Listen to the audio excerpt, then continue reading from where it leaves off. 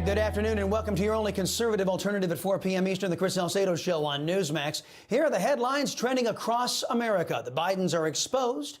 Whistleblowers testifying on Capitol Hill laying out the criminal investigation into Hunter Biden and how officials at the DOJ worked to block any investigative paths that led back to Joe Biden. Meanwhile, a dangerous escalation. Ukraine is firing off U.S.-made cluster munitions provided by Joe Biden, an act some members of Congress have labeled a war crime. This as Moscow warns that no vessel in the Black Sea is safe from Mother Russia's attack. And a third indictment on former President Trump expected to come down any moment. The DOJ's attacks on Trump ramp up in permanent Washington's efforts to deny Americans a real choice at the ballot box in November. Trump attorney Jesse Banal and FBI whistleblower Steve Friend standing by to weigh in on Democrats abusing government as a political weapon. And Lieutenant Colonel Tony Shaffer, along with retired Brigadier General Blaine Holt, join me to discuss America's deteriorating national security and the implications of U.S.-made cluster munitions in Ukraine. But first, have you noticed that the unfair, untrustworthy Democrat compromised press focuses nearly exclusively on Donald Trump, even though he's making zero policy, making zero decisions that impact our lives? The agenda-driven press does this on purpose. If they're covering the latest political hit on Trump, the man who is currently sitting in the Oval Office, they can ignore all the damage that he's doing, the Democrats and their dear leader are doing to this republic, the once United States. Covering for the Democrats' betrayal, Washington's favorite pastime.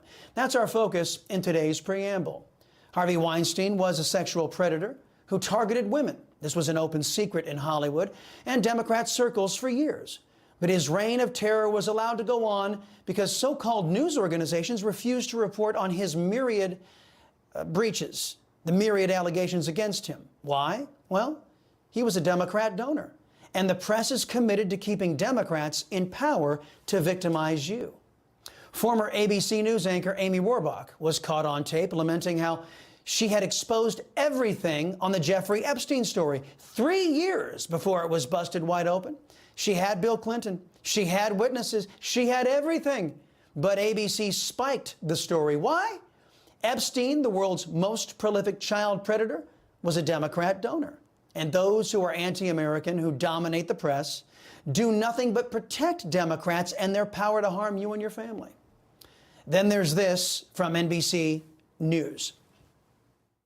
We are following this breaking news out of Washington. Some serious allegations this morning facing the State Department. That's right. According to internal State Department memos, the agency might have called off or intervened in investigation into possibly illegal and inappropriate behavior within its ranks, allegedly to protect jobs and avoid scandals. This concerns a time that Hillary Clinton was Secretary of State. We want to get right to NBC's chief White House correspondent Chuck Todd with the latest. Chuck, good morning to you. Good morning, Savannah. You know, there's an old saying in Washington that the cover-up is worse than the crime. But in this case, both parts of it are disturbing. Allegations of prostitution and pedophilia, and allegations that those crimes were somehow covered up or not looked into. In October 2014, the State Department Office of Inspector General published the executive summary of its report on whether the department's Bureau of Diplomatic Security mishandled the investigations and 7 others. The deep state simply refused to collect evidence. Then they claimed there was nothing to see here due to, you guessed it, lack of evidence. What's worse, I found no evidence that NBC News ever followed up on the State Department allegations of child predation. Internet chatter claims that NBC at the highest levels killed further investigations. Hillary was running for president, after all, and NBC and other left-wing biased propaganda outlets are not in the business of exposing Democrat corruption or holding them at all accountable. Those news organizations have that in common with an uncomfortable number of Republicans who ignore Democrat treachery and attacks against GOP constituents to shield Democrats from accountability. 20 House Republicans voted to block a resolution to censure Adam Schiff for his weaponizing the Intel Committee against Americans. Many of these Republicans choosing to ignore the harm done to their voters and admitting they feared what Democrats might do to them in the future. Because everyone in Washington protects Democrats, even an unhealthy number of Republicans. And that leads us back to what the press is really good at, attacking Republicans. The prevailing theory from left-wing extremists on social media in that sewer is that President Trump is being charged for what they and Democrats have falsely labeled an insurrection, which was in reality a riot on January 6th. Despite video proving otherwise, Democrats claim that President Trump led the riot. According to Democrats and permanent Washington, one and the same, really. Since 2020, the act of contesting elections is now somehow a crime and an attempt to overthrow the government. Really? Right-wing extremists already have a plan to literally steal the next presidential election. Constantly shifting vote tallies in Ohio and malfunctioning electronic machines which may not have paper receipts have led to additional loss of confidence by the public. There has been a dramatic discrepancy in the way absentee ballots are both allocated and counted across the 159 counties. And so, yes, there was a deliberate and intentional disinvestment and, I think, destruction of the administration of elections in the state of Georgia. Without voter suppression, Stacey Abrams would be the governor of Georgia. Andrew Gillum is the governor of Florida.